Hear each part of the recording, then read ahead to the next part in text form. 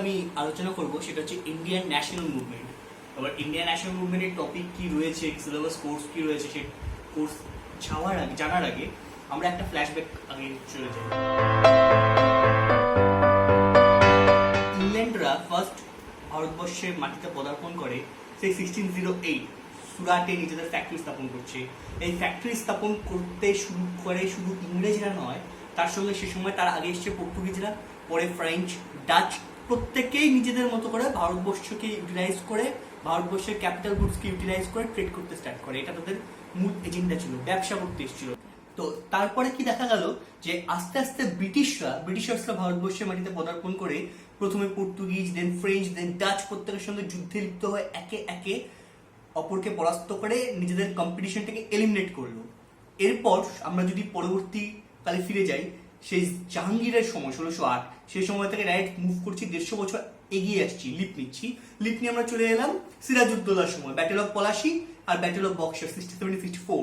ঠিক তারপরে একটা ফরমান জারি হলো এবং বাংলার দেওয়ানির হাত বদল হয়ে গেল এবং একটা বিশাল রাজস্ব চাপিয়ে দেওয়া হলো বাংলা, বিহার, উড়িষ্যার বুকে। এর ঠিক 100 বছর আবার যদি মুভ করে চলে আসি, তবে সে যে সালটা আমি ট্যাগ করছি সেটা হচ্ছে 1857, ইয়ার অফ রিভল্ট, মহাবিদ্রোহের সময়কাল। মঙ্গল পাণ্ডে প্রথম বিদ্রোহ ঘোষণা করে কাদের বিরুদ্ধে? ব্রিটিশারদের বিরুদ্ধে। এতক্ষণ অব্দি ব্রিটিশদের মূল উদ্দেশ্য ছিল ভারতবর্ষের ক্যাপিটাল গুডসকে ইউটিলাইজ করে ট্রেড করা। এবার রবি ঠাকুরের কথা যথার্থভাবে প্রকাশিত হলো তাদের কর্মকাণ্ডে। বণিকের মানদণ্ড পোহালে সর্বরি দেখা দিল রাজদণ্ড রূপে। কি হলো ব্যাপারটা? ঠিক তার পরবর্তী বছর 1858, 1 নভেম্বর, এলাহাবাদ প্রোক্লামেশন। আমাদের ভারতবর্ষ ইস্ট ইন্ডিয়া কোম্পানি, মানে একটা ট্রেডিং কোম্পানি, মার্চেন্ট কোম্পানির থেকে চলে গেল কাদের আন্ডারে? ব্রিটিশ ক্রাউনের আন্ডারে। এবং ভারতবর্ষের সমস্ত ডোমিনিয়ন স্ট্যাটাস হারিয়ে গেল কাদের কাছে? ব্রিটিশের কাছে। তো আমরা ব্রিটিশ ক্রাউনের কাছে পরাধীন হলাম। এই 1858 থেকে 1947 স্বাধীনতা পাওয়া অবধি যে সময়কাল, সেই টাইম স্প্যানটাকে আমরা আটকে রাখছি কোথায়? ইন্ডিয়ান ন্যাশনাল মুভমেন্টে। আমি 3টে সিনেমার নাম বলছি, 3টে সিনেমা দিলে পরে মোটামুটি ট্রেডমার্কটা বোঝা যাবে পুরো টাইমটা। ঠিক, মঙ্গল পাণ্ডে রিভোল্ট স্টার্ট করলো 1857-এ, 1942 অস্ট্রি হয়, পার্টিশন 1947। এই 3টে পার্ট, এই যে 3টে টাইম স্প্যানকে আমি টাইম লাইনে ভাগ করে দিলাম।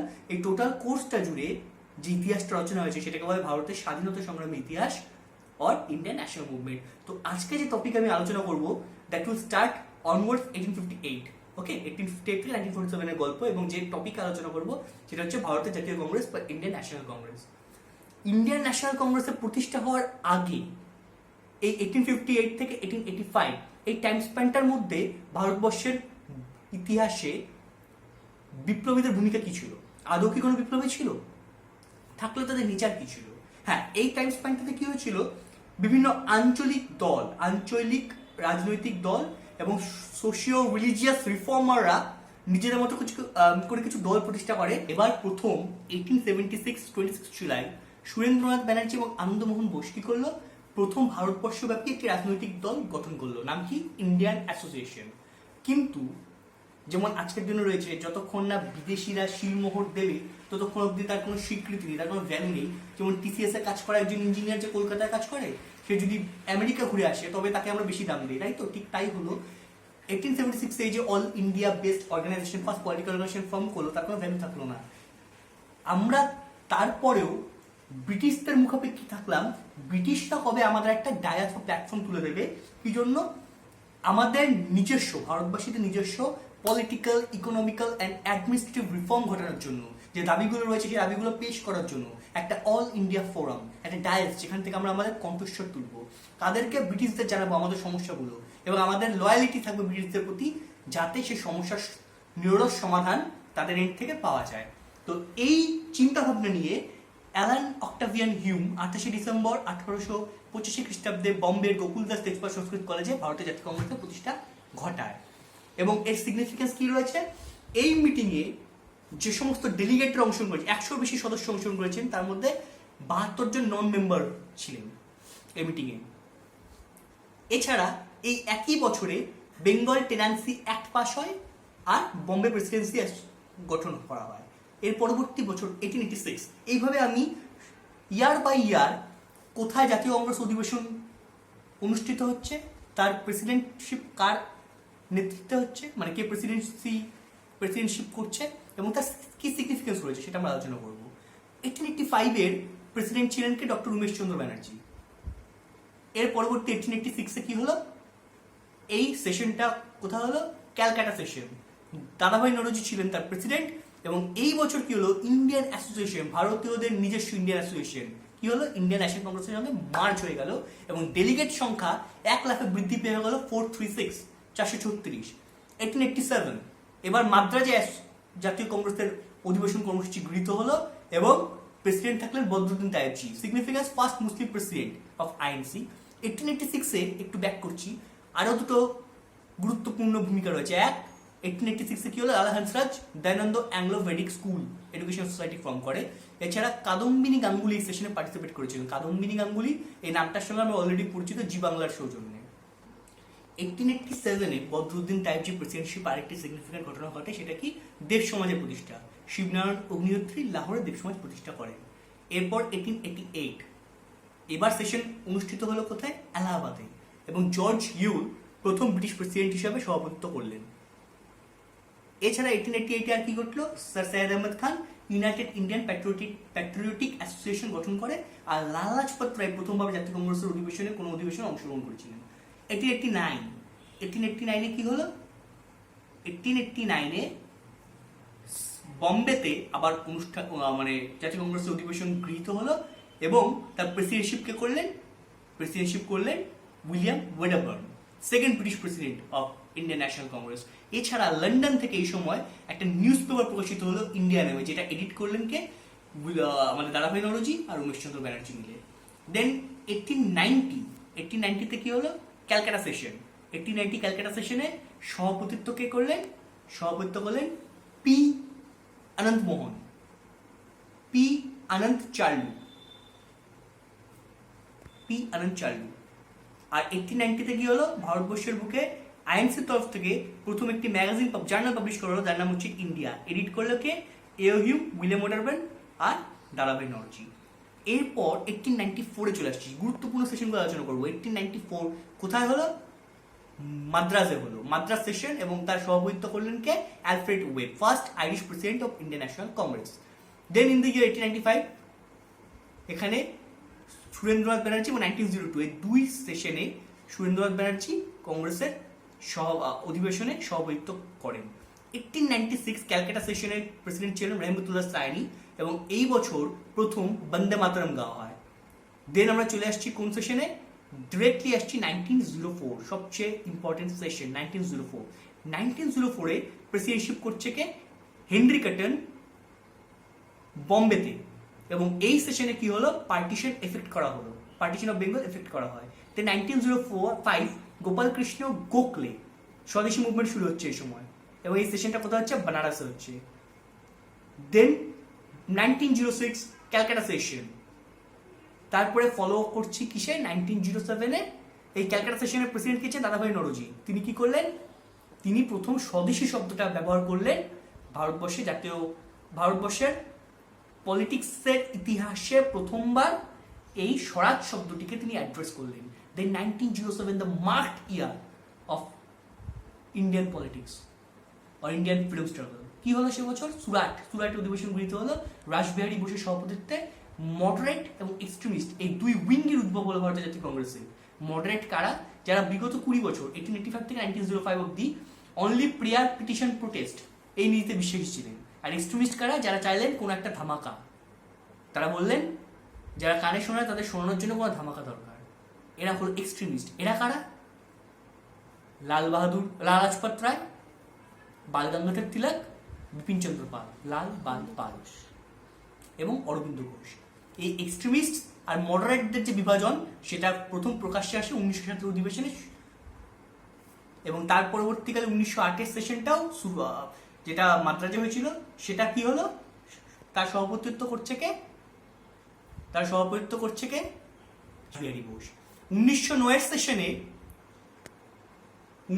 সেশনে একটাই সিগনিফিকেন্স। কি সিগনিফিকেন্স রয়েছে? 1909-এর সেশনে প্রথম ভারত জাতীয় কংগ্রেসের নিজস্ব একটা কনস্টিটিউশন, নিজস্ব একটা সংবিধান অ্যাডপ্ট করা হয়। এরপর 1910 উইলিয়াম ওয়েডারবার্ন তিনি শেষ ব্রিটিশ আর ইংলিশ প্রেসিডেন্ট হিসাবে নির্বাচিত হন। 1911 ক্যালকাটা সেশন বিশাল নারায়ণ ধর ভারত জনগণমন প্রথমবার গাওয়া হয়। এরপর আমরা রাইট মুভ করবো 1916। এই যে 1907-এ যে স্প্লিটটা হয়ে গেছিল এক্সট্রিমিস্ট আর মডারেটদের মধ্যে, 1916-এ লখনৌ সেশনে অম্বিকাচার্য মজুমদারের সময় কি হলো, আবার মডারেট আর এক্সট্রিমিস্টরা একসাথে মিলিত হলো। দেন 1917-এ অ্যানি বেসান্ট ক্যালকাটা সেশন, প্রথম মহিলা যিনি ভারতবর্ষের জাতীয় কংগ্রেসের ইতিহাসে সভাপতিত্ব করলেন। 1918 নেক্সট ইয়ার ব্যাক কি হলো, আবার মদন মোহন মালব্য তিনি থাকলেন প্রেসিডেন্ট, এবং সে সময় কি হলো, মানে এস.এন. ব্যানার্জির নেতৃত্বে মডারেটরা লিভ করতে চাইলো ইন্ডিয়ান ন্যাশনাল কংগ্রেস। আবার এক্সট্রিমিস্ট আর মডারেটদের মধ্যে একটা বিভাজন দেখা গেল। দেন নেক্সট ইয়ার 1919, এবছর প্রেসিডেন্টশিপ কে করলেন, মতিলাল নেহরুর আমলে কি হলো, জালিয়ানওয়ালাবাগের জন্য ট্র্যাজেডির একটা কমিশন, নেহরু কমিশন অ্যাপয়েন্ট করা হলো। এরপর 1920 সেশন ক্যালকাটা সেশন, প্রেসিডেন্টশিপ কে করছে, লালা লাজপত রায়। কি গঠন হলো, 1920 is the marked for non cooperation মুভমেন্টে কর্মসূচি গৃহীত হয় এবং সেটা রাটিফাই হয় নাগপুরে ডিসেম্বর সেশনে, যার সভাপতিত্ব করলেন শ্রী বিজয় রাঘবাচার্য। দেন 1921-এ হাকিম আজমল খান আর সিআর দাস সভাপতিত্ব করেন। সিআর দাস জেলে থাকার কারণে হাকিম আজমল খান তার দায়িত্বভার পালন করেন এবং স্বরাজ্য দল গঠনের সিদ্ধান্ত নেয়। 1922-এ কি হলো, 1922-এর গয়া সেশনে গিয়ে স্বরাজ্য পার্টি গঠন হচ্ছে 1 জানুয়ারি 1923। 1922-এর ডিসেম্বরের সিদ্ধান্ত হয়, 1923 1 জানুয়ারি এটা গঠিত হয়। 23-এ মৌলানা আবুল কালাম আজাদ কঙ্কনে প্রথমবার সভাপতিত্ব গ্রহণ করেন মাত্র 23 বছর বয়সে। Till now he is regarded as the youngest president of INC। 1924 is famous for only Gandhiji because this is the only session যেখানে গান্ধীজি সভাপতিত্ব করেন এবং এটা হয়েছিল কোথায়, বেলগাঁওতে। দেন 1925 এই বছর কি হলো, এই সেশনে কানপুর সেশনে সরোজিনী নাইডু প্রথম ভারতীয় মহিলা যিনি জাতীয় কংগ্রেসের সভাপতি নির্বাচিত হলেন। এরপর 1926, 27, 28, 29 কোথায় যথাক্রমে গুয়াহাটি, মাদ্রাজ, ক্যালকাটা, লাহোর সেশন। এর মধ্যে 1929 লাহোর সেশন সবচেয়ে গুরুত্বপূর্ণ, কারণ এখানে সভাপতিত্ব করেন জেল নেহরু এবং এখানে প্রথম 26 জানুয়ারি 1930 ভারতবর্ষের স্বাধীনতা দিবস পালন করার কথা ঘোষণা করা হয়। রবি নদীর তীরে দাঁড়িয়ে ভারতবর্ষের স্বাধীনতা ঘোষণা করা হয়, যে পূর্ণ স্বরাজ কমপ্লিট ইন্ডিপেন্ডেন্স ডিক্লারেশন ঘটানো হয়। তো 1930-তে কোনো জাতীয় কংগ্রেসের অধিবেশন হয় না এবং জওহরলাল নেহরুই প্রেসিডেন্টের পদে বসে থাকেন। 1931, 32, 33, 34 যথাক্রমে সেশন আয়োজিত হয় করাচি, দিল্লি, ক্যালকাটা আর বম্বেতে। এর মধ্যে 1933 সেশন ক্যালকাটা সেশন ইম্পর্টেন্ট, কারণ সেই সময় প্রথম বাঙালি মহিলা সভাপতিত্ব গ্রহণ করেন মিস নীল গুপ্তা। আর 1931 প্রেসিডেন্ট ছিলেন বল্লভভাই প্যাটেল। সেই সময় খুব গুরুত্বপূর্ণ একটি কোশ্চেন বারবার পরীক্ষায় আসে, সেটা হচ্ছে ফান্ডামেন্টাল রাইটস গঠন করা হয় এবং যা ড্রাফট করেছিলেন কে, জেল Nehru. President Vallabhbhai Patel, but FR যেটা গৃহীত হয় তার ড্রাফট করেন কে, জেল নেহরু। এই কোশ্চেন একটা অনেক সময় সমস্যা হয়ে থাকে। নেক্সট 1935 কোনো সেশন আয়োজিত হয়নি। 36, 37-এ কি হলো, ফ্যাজপুরে প্রথম ভিলেজ সেশন, এটা 50th সেশন অফ INC, তাই মার্ক করা হয়, ভিলেজে সেলিব্রেট করা হয় এবং ন্যাশনাল এগ্রিকালচার পলিসি অ্যাডপ্ট করা হয়। দেন 1939 হরিপুরা ত্রিপুরি সেশন, প্রেসিডেন্ট কে, সুভাষচন্দ্র বোস। এবং 1939-এ সুভাষচন্দ্র বোস গান্ধীর নমিনি পট্টিভাই সীতারামাইকে হারিয়ে দেওয়ার পর তিনি রিজাইন করেন, নেতাজি সুভাষচন্দ্র বসু রিজাইন করেন এবং সেক্ষেত্রে পদাসীন হন, পদে উন্নীত হন তিনি, ডক্টর রাজেন্দ্র প্রসাদ। দেন 1940 রামগড় সেশনে বসেন মৌলানা আবুল কালাম আজাদ এবং সে সময় ন্যাশনাল ইন্ডাস্ট্রিয়াল এবং এডুকেশন পলিসি গৃহীত হয়। এরপর 41 থেকে 45 আর কোনো অ্যাসাক সেশন নেই। মৌলানা আবুল কালাম আজাদই তিনি পদে আসীন থাকেন এবং দীর্ঘকালীন সবচেয়ে লংগেস্ট ডিউরেশন তিনি উপভোগ করেন। 46 মিরাট সেশনে মৌলানা জেবি কৃপালনিকে বসানো হয়। এর ছাড়া জুলাই 1946-এর জুলাই থেকে ওই 47-এর জানুয়ারি এই সময়টুকু জওহরলাল নেহরু নিজের ঘাড়ে দায়িত্ব নেন ভারতীয় জাতীয় কংগ্রেসের। এছাড়া স্বাধীনতার সময় যিনি জাতীয় কংগ্রেসের সভাপতি পদে আসীন থাকেন তিনি হলেন জেবি কৃপালনি। আর স্বাধীনতার পরবর্তীকালে প্রথম সেশন যেটা হয়েছিল জয়পুর সেশন 1948-এ হয়ে থাকে। এই হচ্ছে ইন্ডিয়ান ন্যাশনাল কংগ্রেসের সমস্ত সেশন এবং তার গুরুত্বপূর্ণ সিগনিফিকেন্স। Thank you.